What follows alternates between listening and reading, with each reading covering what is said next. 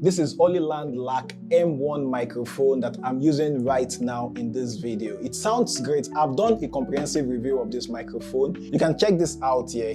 But today I'll be talking about a problem that I encountered with the Hollyland LAC M1 microphone.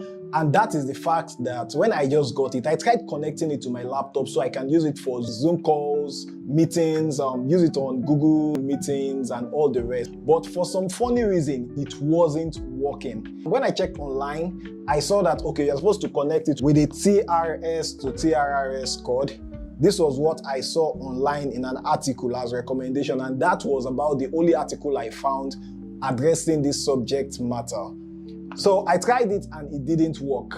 I tried to use AI to get a solution for that. It did not work. I had to resort to using my MV7, Shure MV7, the microphone back there, yes. I use the Shure MV7 anytime I have a meeting. But sometimes the Shure MV7 is too bumpy, it's too big, like to be in front. Like, I don't know if it would not be a distraction to my prospective clients. I want something simpler. So I want to be able to use this Hollyland LAC M1 microphone with my laptop.